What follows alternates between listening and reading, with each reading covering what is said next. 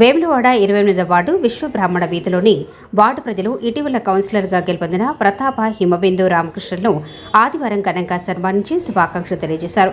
ఈ సందర్భంగా వార్డు అభివృద్ధిపై చర్చించిన స్థానికులు తమ ప్రాంతాల్లో శుద్ధి చేసిన తాగునీటి కోసం వాటర్ ప్లాంట్ ఏర్పాటు చేయాలని కౌన్సిలర్కు వినతి పత్రం అందజేశారు.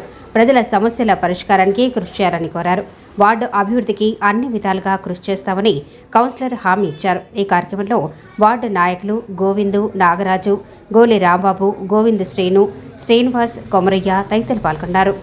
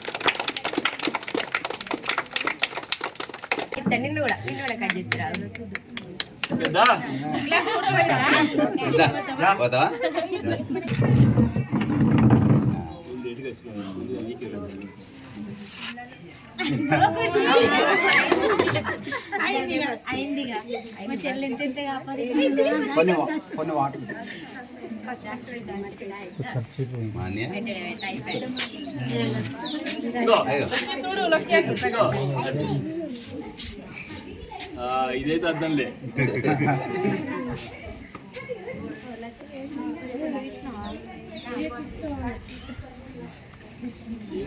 పిల్లలకి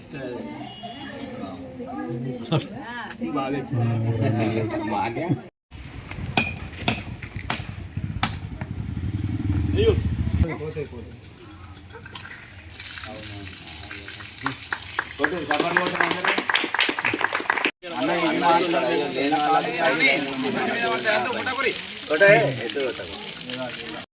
ముందుగా అందరికీ నమస్కారం. ఇక్కడికి వచ్చినటువంటి పెద్దలకు, చిన్నలకు, అమ్మలకు, అక్కలకు, మరి మొన్న జరిగినటువంటి ఎన్నికల్లో భాగంగా మన బీజేపీ పార్టీ అభ్యర్థి మన ప్రతాప రామన్న గారికి, వదిన గారికి మీరందరూ ప్రతి ఒక్కరూ ఓటేసినందుకు ధన్యవాదాలు. మనకు ఇప్పుడు రానున్న కాలంలో ఎలాంటి కార్యక్రమాలకైనా కానీ వెన్నంటుగా ఉండి అన్నగారు ఏ పని అయినా కానీ మనం పోతే మనకి ఏది కావాల్స్తే మనం మీకు ఎలాంటి సమస్య వచ్చినా మన రామన్నతోటి చెప్పి మనం పని చేయిస్తాము. ఇక్కడ మనం ఏంటంటే ఏదైనా కానీ చేసేదానికి మీరు ఎలాంటి ఇబ్బంది పడకూరి, ఏ ముచ్చటైనా మాకు చెప్పుకోరి.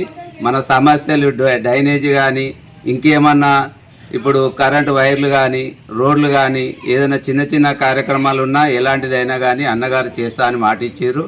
ముందుగా మా సంధిలో సుతం సీసీ రోడ్ పోసిర్రు.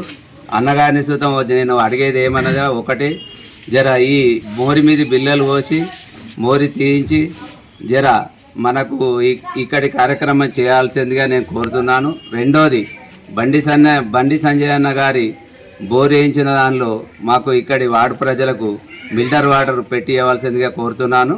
అలాగే రామన్న మాట్లాడవలసిందిగా కోరుతున్నాను. మొదటి జరిగిన ఎన్నికలు ఏదైతుందో దాదాపు నాకు 25 సంవత్సరాలు 20 ఇయర్స్ చాలామంది మీరు పుట్టలేదు అనుకుంటాను. 1980 వల్ల 10th వార్డు ఇదే వార్డుకి వెళ్ళి వార్డు మెంబర్ అయింది. నాకు పొలిటికల్ లైఫే ఇక్కడికి వెళ్ళి స్టార్ట్ అయ్యింది. అది దాదాపు 1980 ఇక్కడికి వెళ్ళి నిన్నటి 2026 వరకు కూడా ఎప్పుడు కూడా బీజేపీకి గెలుస్తూ ఉన్నాం, మనమే గెలుస్తూ ఉన్నాం. అంటే అంత అభిమానం లేని రాజకీయాల్లో ఒక్కసారి గెలిస్తే రెండోసారి గెలవడం కష్టం. దాదాపు 5-6 దఫాలుగా ఖచ్చితంగా కూడా బీజేపీకి అనుకూలంగా, మాకు అనుకూలంగానే ఓటేస్తున్నాను ఇక్కడ. అది మేము గొప్పగా భావించడం లేదు, ఒక అదృష్టంగా భావిస్తూ ఉన్నాం. ఇంత పవిత్రమైన పుణ్యక్షేత్రం.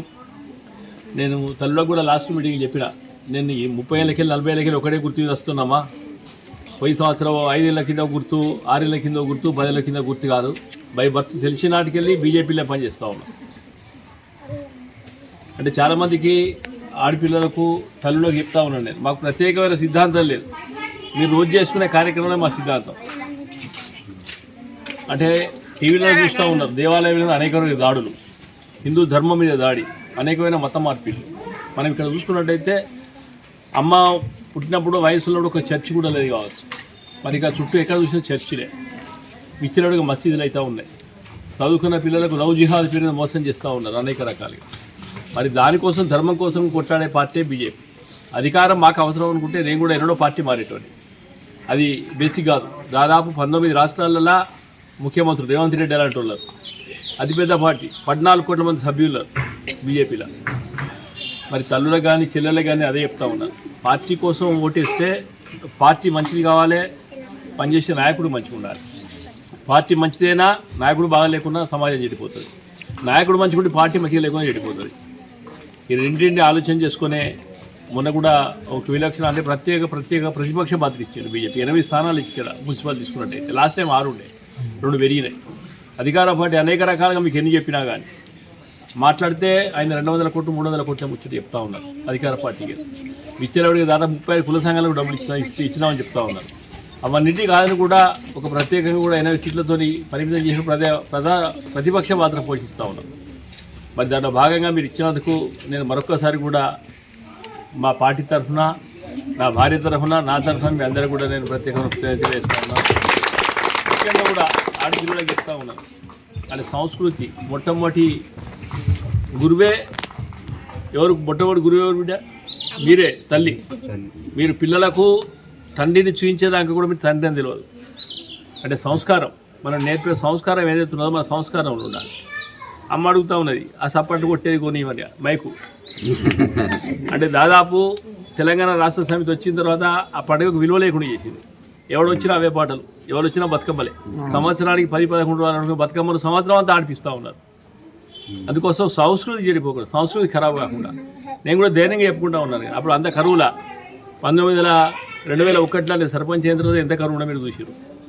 ఆ బతుకమ్మ తెప్ప మొట్టమొదటి తెప్ప నేను కన్స్ట్రక్షన్ చేసిన, మొట్టమొదటి నిర్మాణం. మనం చూసే దాదాపు చుట్టుపక్కల మొత్తం బతుకమ్మ తెప్పలు నిర్మాణం చేస్తున్నారు. ఈ ఆకాశంగా పైప్ లైన్ మనదే కాన్సెప్ట్, ఇవి చూసే బయట వేసుకున్నారు. ఎంత కష్టం ఉన్నప్పుడు మీరు అక్కడనే మీరు చూసిండ్రు ఒకసారి. మరి అది కూడా ఒక అదృష్టంగా భావిస్తున్నారు తప్పితే దాన్ని ఏదో మీకు మేమే చేసినాం ఇక్కడ చెప్పుకుంటే. ఇక మిషన్ భగీరథ నీళ్ళు అయితే వాడే పరిస్థితిలో మీరు అమ్మ కింద వాటర్ ప్లాంట్ ఒకటి పెండింగ్ ఉంది. ఆ వాటర్ ప్లాంట్ కూడా దగ్గర ఉంది కదా, అయినా కానీ మరొకటి సపరేట్గా చేసుకుంటే ఎక్కడిదక్కడ వీలవుతుంది. అది పెట్టడానికి సమస్య ఏది లేదమ్మా, మెయింటెనెన్స్ సమస్య అవుతుంది. ఎందుకంటే కనీసంగా మనిషిని పెడదామన్నా కరెంటు బిల్లు వెళ్తలేదు. ఒక మనిషి పని చేసినా ఒక 15 వెళ్ళి అవి వెళ్తలేదు, అది కూడా సమస్య అవుతుంది. సరే వాడకట్టలో మరి 2 గంటల 3 గంటల మీరే మాట్లాడుకుని నడుపుకున్నట్టయితే ఏదో అది పెద్ద పని ఏం కాదు. అయితే మొట్టమొదటి వాటర్ ప్లాంట్ ఇక్కడ ఇస్తానని మీరే అన్నారు, ఇక అది కొద్దిగా కావచ్చు అన్నాడు. అసలు ఫస్ట్ వాటర్ ప్లాంట్ అప్పుడు అవసరం అనిపించలేదు, ఇప్పుడు అవసరం అనిపిస్తుంది. దాన్ని చేసేస్తాం, పెద్ద సమస్య ఏం కాదు. కనుక మరొకసారి కూడా మీ అందరికీ కూడా నేను ప్రత్యేకంగా తెలియజేస్తా ఉన్నాను. భారత్ మాతకి.